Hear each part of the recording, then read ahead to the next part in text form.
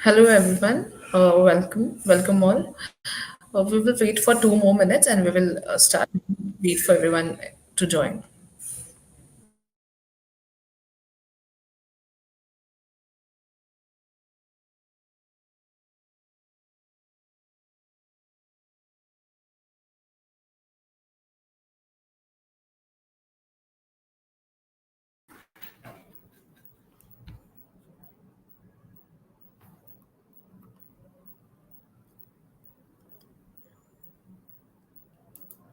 Hi, Aditi, can you hear me?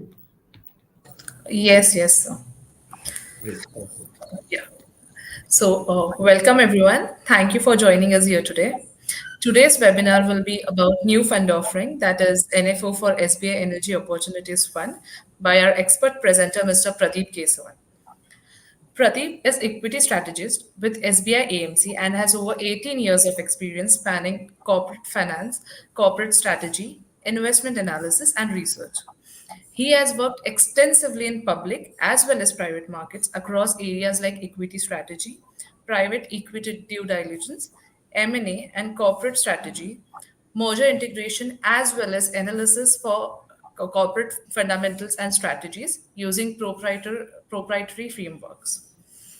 As equity strategy, he tracks and analyzes key macro as well as micro factors that affect capital markets using combination of quantitative fundamental techniques to provide sector allocation calls. Pradeep joined SBI Funds Management in July 2021. Prior to SBI, he has spent 9 years with Morgan Stanley, 4 years in Accenture Strategy Consulting, and 4 years with Elara Capital as equity strategies. He holds a bachelor's degree in commerce, master's in business administration, and is a CFA charter holder. Before we move forward, please note if you have any questions related to today's topic, please put in the comment section below. Sir, over to you. Thank you so much. Thanks for the nice introduction and a warm welcome to all of you present for this session.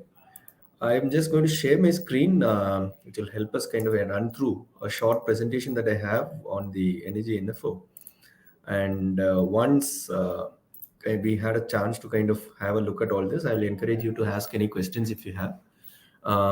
In fact, you can also, if there is a way stop me and ask questions during the session, please do that as well. Just a quick check to see if my presentation is visible, please. Yes, sir, it's visible. Great. Thank you so much. Yeah, thanks. So what we will do is I'll just take a few minutes and introduce you to this Energy Opportunities Fund NFO that we have come up. Also talk about things like what is this fund all about, what does it encompass, and why are we doing it right now, and what is it that you can expect out of a fund like this in terms of what theme it represents, etc. Right. So once some of those aspects are covered, if you have any questions, like I mentioned before, please feel free to ask those. So firstly, as a theme, if you look at India as an energy theme, there are a bunch of points here, but even aside of this, right, it's one of those most logical investment themes that's out there. Energy and energy intensity is something that is usually seen going hand in hand with economic progress of any country. So this is something that we have seen globally. As we make progress, as an economy makes progress, there will be higher demand for energy and energy related aspects. And to take care of the higher energy requirement, the overall energy demand in the economy increases. So that's something that is kind of fairly well known.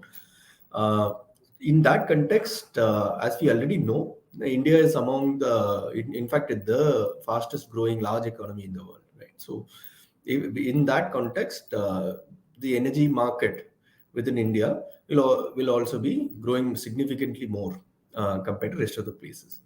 So, between now and 2050, the expectation that we have is something like 6.5% CAGR in the energy requirement that's going to be kind of growing. Overall energy requirement of the country will grow by 6.5% on a compounded annual basis from now up until 2050. This, if we exclude the current composition of oil-based or traditional energy sources. So the new energy source will kind of take a higher growth path is the expectation. When it comes to energy and how do we look at energy as as a theme and therefore opportunity for investment, broadly there are two things that are available, right? So one is the traditional and conventional sources of energy, which will be your oil and gas companies, your coal-based power companies, and then a bunch of ancillary companies which support this particular ecosystem that is already in place. So that's on one side. On the other side, we will be getting more and more into what is called as the new energy sources or the renewable energy sources, where the vision for India becoming climate-wise a net zero emission country by 2070 is already kind of well articulated by the Prime Minister himself, and India has made its commitments to Paris Accord, etc. So, in accordance to that, a lot of companies have also come out and done their own plans and announced what they are intending to do. For example, NTPC has come out and said that by 2030, 50% of the capacity will be in renewable side. Right? So that part, the new energy part, the renewable energy part, is something that's going to be the new space that will go. So they'll be on the conventional energy companies, and there'll be a transition into the new energy company. And this transition is something that we want to play very strongly in this fund.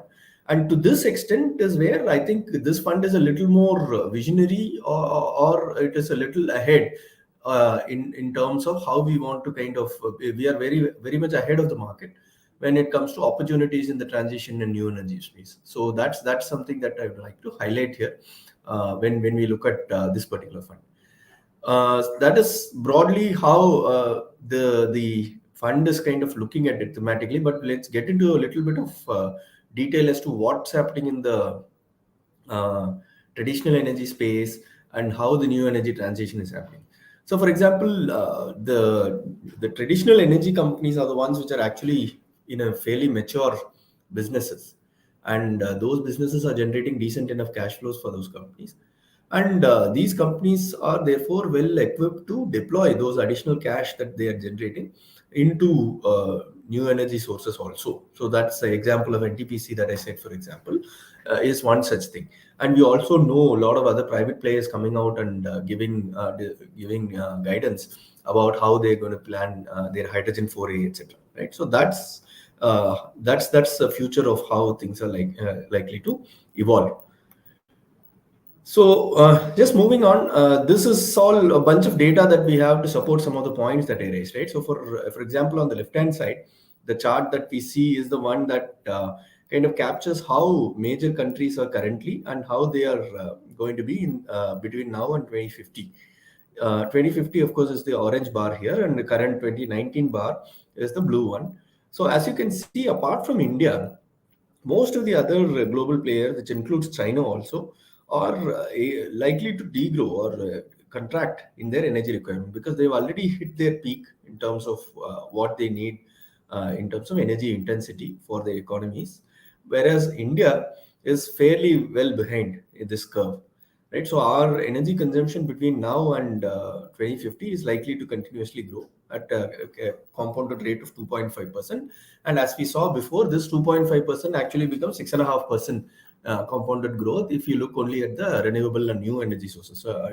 If you exclude the coal and gas-based power.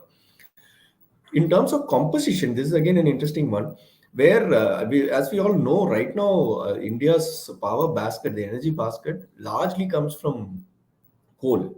Currently speaking, we have about 22% of our power coming from the renewable sources, and this is likely to expand and become close to 68% by 2050. Right, so this is the transition play that I mentioned.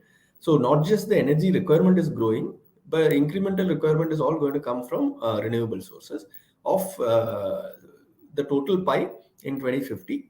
The renewable basket will be about 68%.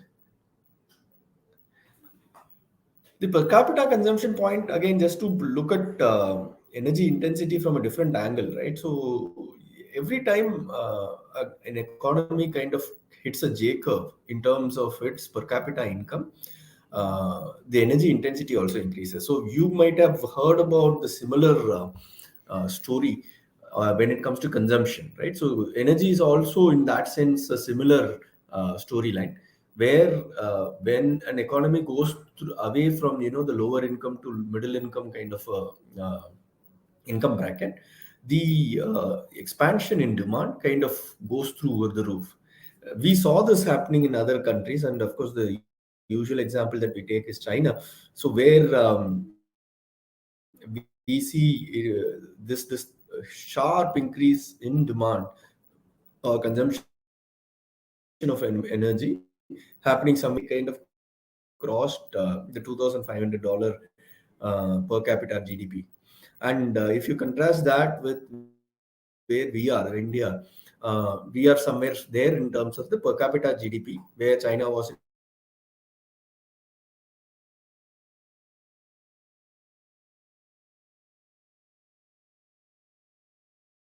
2008 at from 2004 to 6 period. So the expectation is from here on, if you compare our consumption with global averages, it is far less. It's like one third of what the globe normally consumes.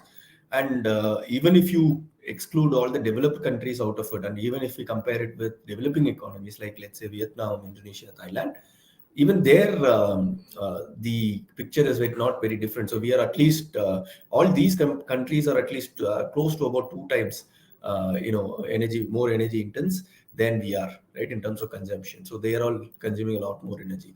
So just to underscore the point that with growing economy, demand and consumption of energy will be very strong, and that is very clearly visible for the foreseeable future. Then, in terms of where the tailwinds are for a sector like this, right? So, in terms of the traditional energy sources, the oil value chain, for example, two, three things happen, right? So, one is if you look at the traditional oil companies, the major problem that we had in that sector was the fuel subsidy. Because the fuel subsidy regime was in place, uh, the volatility that we saw on the bottom lines of these companies were very high. Because nobody, as an investor or as an analyst, it becomes very difficult for us to predict as to how much a particular company will be able to retain on its bottom line for a given oil price. That is an issue. Secondly, the oil price itself was wildly fluctuating, right? So because oil is a commodity, as we all know, where we are largely dependent on third-party countries outside of India, and because from reasons which are absolutely nothing to do with Indian economy, if crude prices kind of go through the roof or it shoots up, we saw situations where the government will step in and provide subsidy relief for the ultimate consumers, and which also meant that the companies, both upstream and downstream companies, kind of participating in the subsidy bill, and because of which the profits were not very easily predictable, and there will be prolonged periods of losses, so on and so forth, and we all know. And this also meant that the valuation of these companies were fairly suppressed because we are not able to get a good enough visibility. Valuation is also a tougher game, right? So now what has happened is that issue has now been sorted, right? So there is hardly any fuel subsidy. The petroleum subsidy at its peak was about 84,500 crores in the last 15-20 years, if you see, back in 2014. Now that number is close to about 6,800 crores in the last year. And that 6,800 crores is also largely LPG subsidy that we are giving, this, the gas cylinder subsidy, and nothing much on the petroleum side per se. So that essentially means that the profit capture that used to happen in these companies have gotten better, and therefore the profit visibility is lot better. And another expectation out of that is because the profit capture and profit visibility is higher, the deep valuation discount that we saw till so far will also get addressed to a large extent. So that is a major thesis that we have as far as the oil chain is concerned. Similarly, on the gas side also, there is this national gas grid plan that has been there, and that work was at various stages of completion. But over the last 5 years, if you see, it has been expanded very drastically, right? So most of the gas grid is now in place. What it does is it enables the city gas distribution networks to kind of take from there. And the idea, the plan that we have in place is for the CGDs to cover 95% of our country's population. Right? So that is a major play that is likely to unfold on the gas side. Similarly, on the power side also, there's been a bunch of reforms that have happened, which we already know in terms of government schemes where they're trying to um, bring state discoms out of the red, making them trying to make them pay on time, etc., etc. So a whole bunch of stuff that has happened there. So there is again some quite a bit of action that has happened there also. So which is again a positive for the traditional energy sector as a whole. When it comes to green energy, this is something that we already saw. We had the commitment to net zero by 2070, and the non-fossil energy capacity will be something close to 500 gigawatts by 2030. That's something that we have given out in our vision.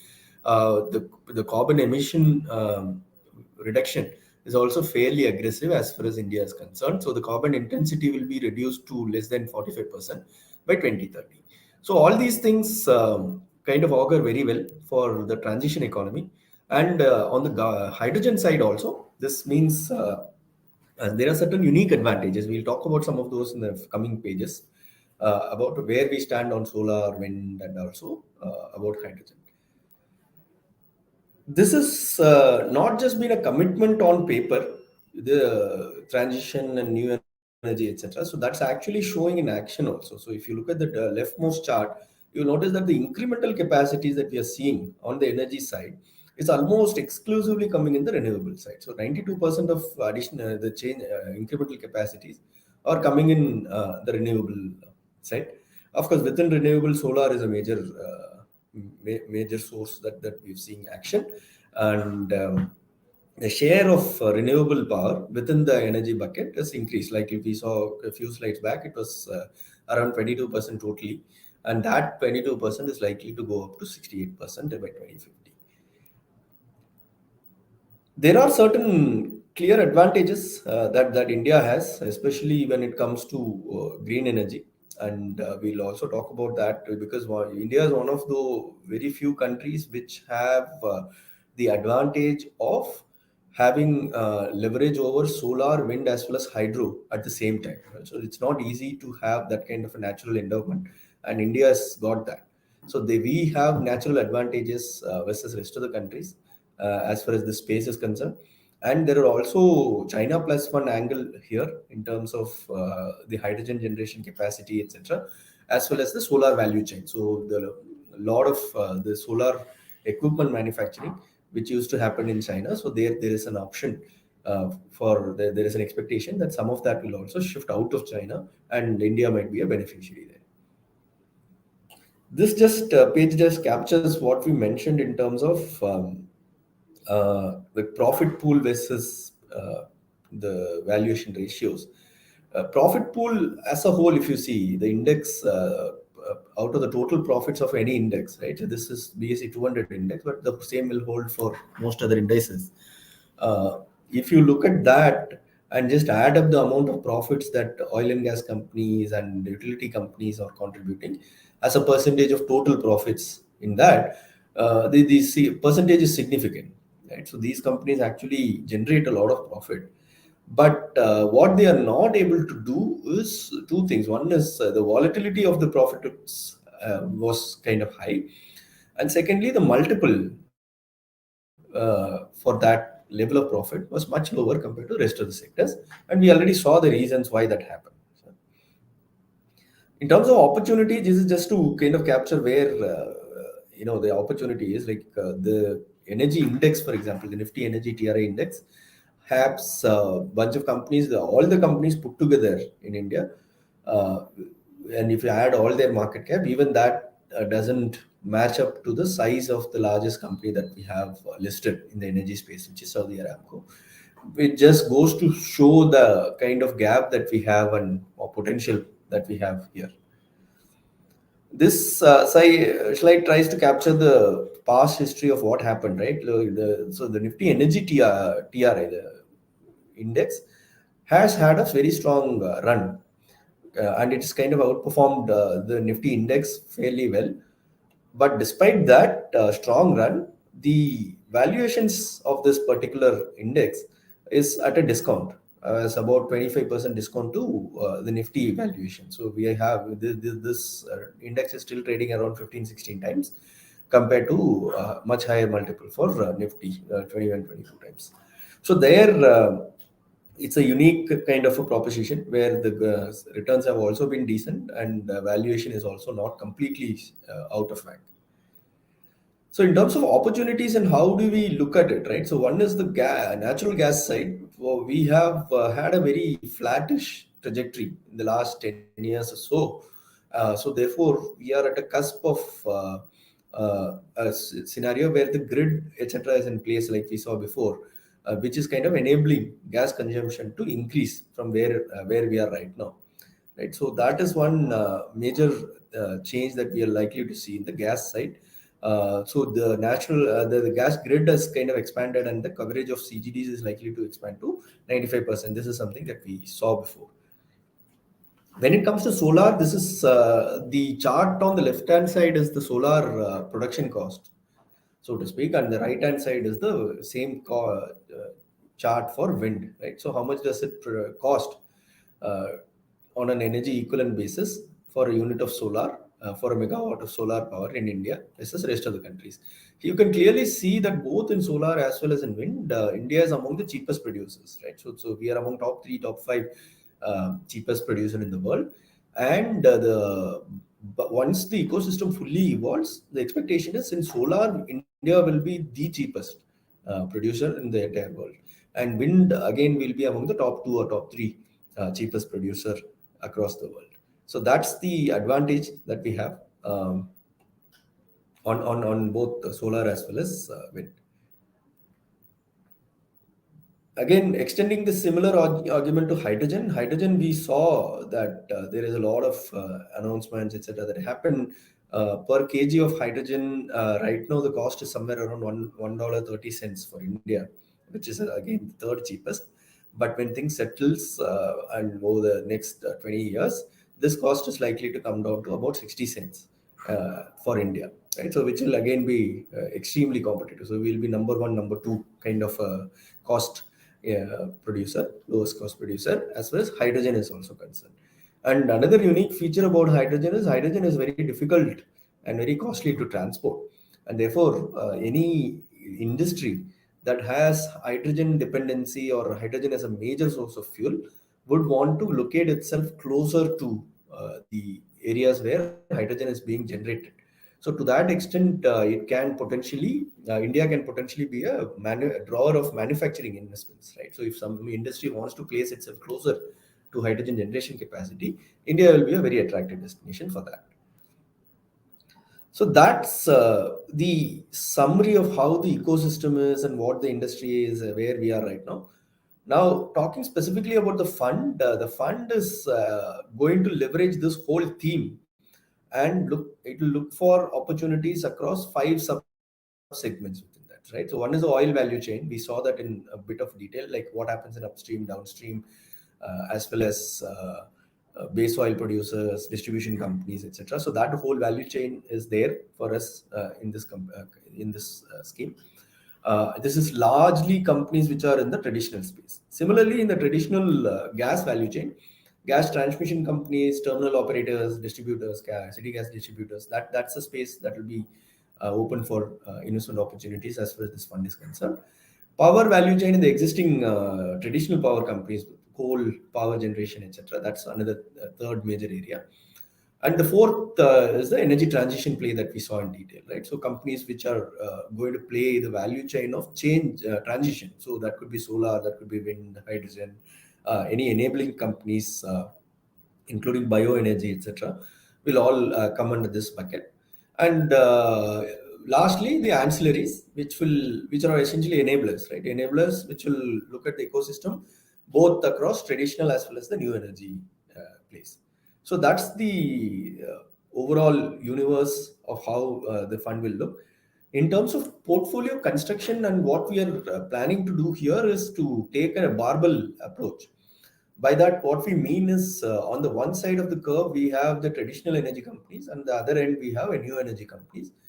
So at any point in time, we would want to leverage both those aspects, have our portfolio present on both the sides. And the reason why we say is, as we saw already, traditional energy companies are mature cash cow kind of businesses with stable cash flow outlooks, and they are kind of available currently in the market, which we believe are kind of decent enough investment opportunities.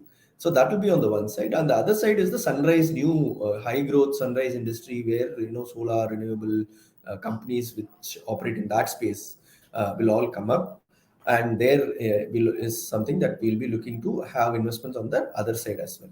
So this is something that is unique in this sector, because what we believe is embedded within a traditional bunch of companies are all few very very small new energy space and sunrise industries which are embedded within the traditional companies.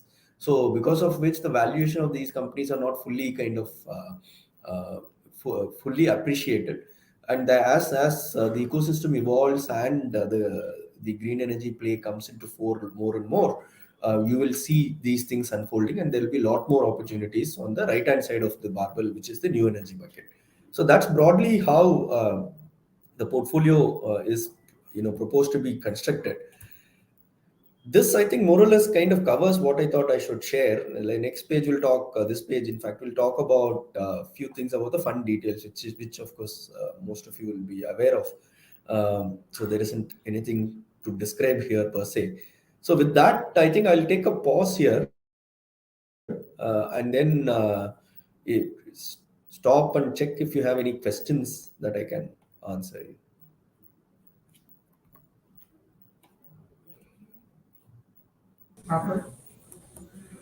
Thank you, Pradeep sir. We will now take some time for questions. Everyone, you can put questions related to NFO in the comment section.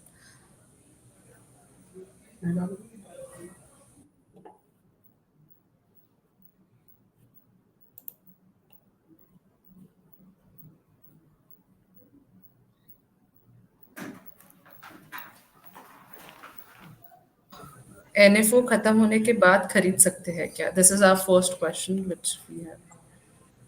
Yes, of course. So the scheme will be open. It's an open-ended scheme. It can be bought even after the NFO.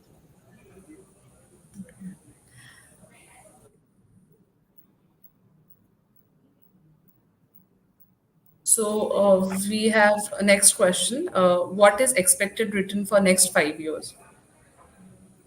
Yeah. So as you all know, we cannot talk about talk about guarantee any return. This is not a return guarantee product. But if we go back to our presentation, you would have seen that the energy index in the last 10 years has given in excess of about 19% of kind of return. Uh, that is the benchmark that we have taken, and the mandate of the fund will be to beat that benchmark. So whatever the energy index TRA does, it will be over and above that. Thank you, sir. We have next question. Is it a one-shot investment? I'm not too sure how do I decipher the question, in the sense that are you saying that is it a one-time investment opportunity, uh, or do we say that isn't a good enough investment opportunity to be done in lump sum versus being spread out? This question, I think, can be interpreted both ways, but let's try and answer both, right? So one is, if you look at it as an opportunity for investment for the long term, which is what we are now positioning this fund as. So this is a very long term, steady growth oriented fund, which is tied at the hip to India's economic progress over the next 5, 7, 10 plus years. So from that perspective, even a lump sum investment committed for a longer period of time will not hurt investors. That's our belief. But having said that, it's a good and a prudent investment practice to spread across your investment through systematic plans, etc. And that prudence should be applied for all investment product, not just this. So that kind of prudence will apply here also. That is on the timing, etc. of the fund. If I were to address it from a perspective of, is it a one-time opportunity to invest in this kind of a space, or is it like a space which is here right now but it won't be available down the line? We don't believe so because it's a long, as I mentioned before, it's a long-term investment opportunity, and this is an opportunity which is kind of going to be there for a reasonably long runway as far as India is concerned, because the energy intensity is something that is extremely highly correlated to economic progress of a country. So that correlation is likely to hold, and as things change from conventional source to new energy sources, the transition part that we discussed, there'll be higher amount of opportunities. The opportunity set in the space is likely to increase and expand. Because, for example, if you take the benchmark that we have, the Nifty Energy TRA benchmark, that's only 10 stocks right now. I'm absolutely clear in my mind, at least, that 5 years, 7 years, or 10 years down the line, this energy index itself will look very different. There'll be a lot of new opportunities and players that will be coming in, and this whole index itself will start looking different. And therefore, what we have in terms of our opportunity set to play for this fund will also be that much higher. Thank you, sir. We have next question. How much average return for this scheme? Right. I think this is something that we answered in the earlier one. So return is something that's we need to wait and watch. So we need to see the return to be generated, but it has been benchmarked to the energy TRA index, and the endeavor of the fund being actively managed means that we will try to outperform that particular index. Yeah. Can we start SIP is our next question. Yes, definitely. So this is again partly answered earlier. So SIP is a very sensible way of investing, not just in this scheme, but in any equity related scheme. So that is something that we always encourage investors to do that. And that same holds true for this as well. Next question we have is, sir, don't you think that barbell will this balancing in medium to long term if conventional energy price falls? It's actually a very good question. Will the barbell be equal on both the sides, or will it be disequilibrium? Will there be disequilibrium? So, to start with itself, right, even leaving aside medium to long term, even when we begin the fund, it will be tilted to one side. It will be tilted to the traditional energy side for sure, because the size of the opportunity. So, you would have noticed that we have benchmarked this fund to the Nifty Energy TRA, and Nifty Energy TRA has only 10 stocks, like I mentioned, and some of those stocks have very, very high weights. Now, in that context, depending on how much money we raise in this, we will look at investment opportunities, and the new energy opportunities, size wise, may not be as high today. That is why I said that the energy transition and the new energy opportunity is something that we are looking at it from a medium to long term play. And maybe we are being more pioneering in this space. In anticipation of how things will evolve down the line, we are kind of positioning a product right away. So in that context, there will be some amount of imbalance in the barbell. You are right. To start with itself, it will be more towards the traditional side. But if you look at it from a medium to long term perspective, I would actually argue that the barbell will be a lot more balanced, because that is the time when, as new uh, areas of play come in from new energy sources, right, renewables, etc., we will try and fill in more of that bucket also. So when that happens over the medium term, the barbell will be more or less balanced, because that is when, from a risk perspective, traditional companies will be low risk, and the newer energy companies potentially can be slightly higher on the risk curve. But that will also be the typical nature of a sunrise industry, which will also be higher growth, etc., etc. So that's how I foresee this happening. So we have next question. What is the difference between NFO and IPO? Okay, IPO is typically something when a company does, right? So that's the initial public offering when a company wants to reach out to public investors and raise money from the market. That's called IPO. The same terminology is when it is being done by a mutual fund company to generate money for a new scheme. That is called new fund offering. That is NFO. So this is NFO is a term that we use in the mutual fund industry. Next question we have is weightage of PSU and other in this NFO. Okay, so if again the question is slightly can be interpreted differently. So right now, what we do know is how much percentage is the index that we are benchmarking to have within PSU. That is available there, right in front of you, fairly about. It's fairly transparent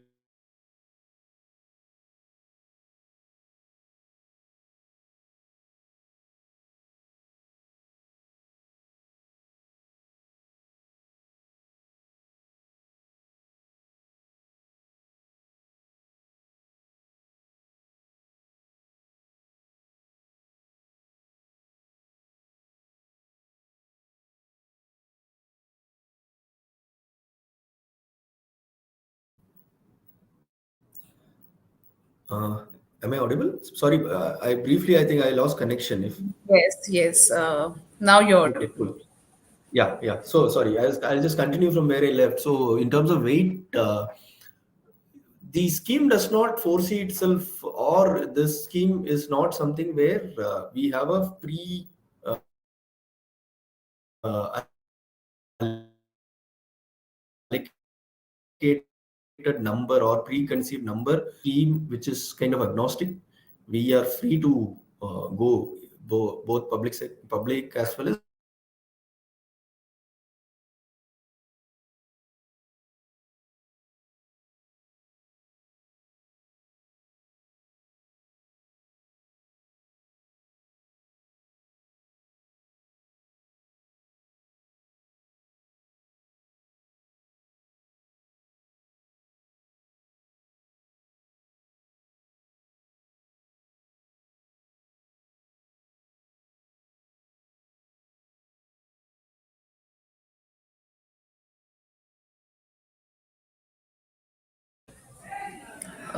I guess we have lost connection.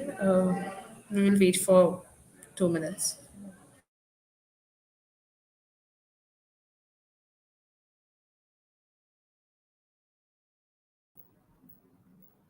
Yeah. Sorry, sir, we lost the connection. Yeah, got. Is it better now? I think some issue in Yes, the. yes, yes, sir. So, can we move towards the next question? Am I audible? Yeah, you are audible to me. Yeah. So, next question we have is what is the minimum period of investment? So this is legally speaking, it's an open-ended scheme, but like I mentioned, we are looking at it from a medium to long-term perspective, right? So it's, any equity scheme, in general, the general advice that we have is look at it in excess of 3 years. That's standard that we'll talk about for all equity schemes. But this is again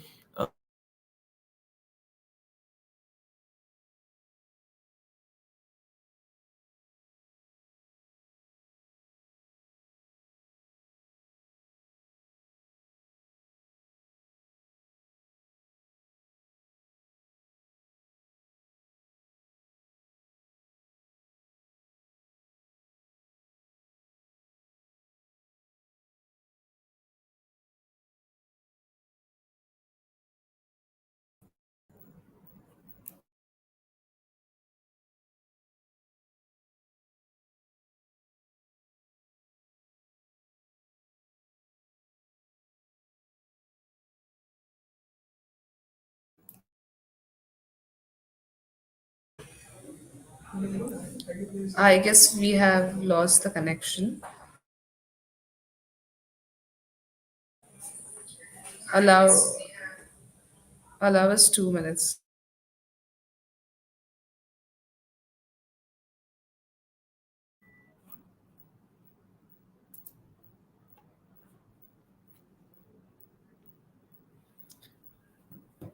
yeah, I'm sorry. I think there's some issue in the connection.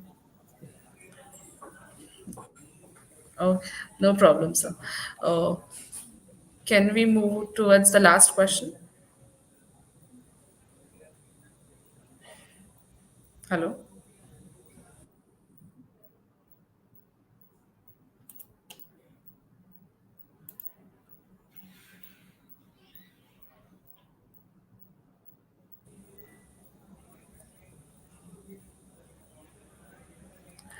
Oh, I guess there is some technical issue. So,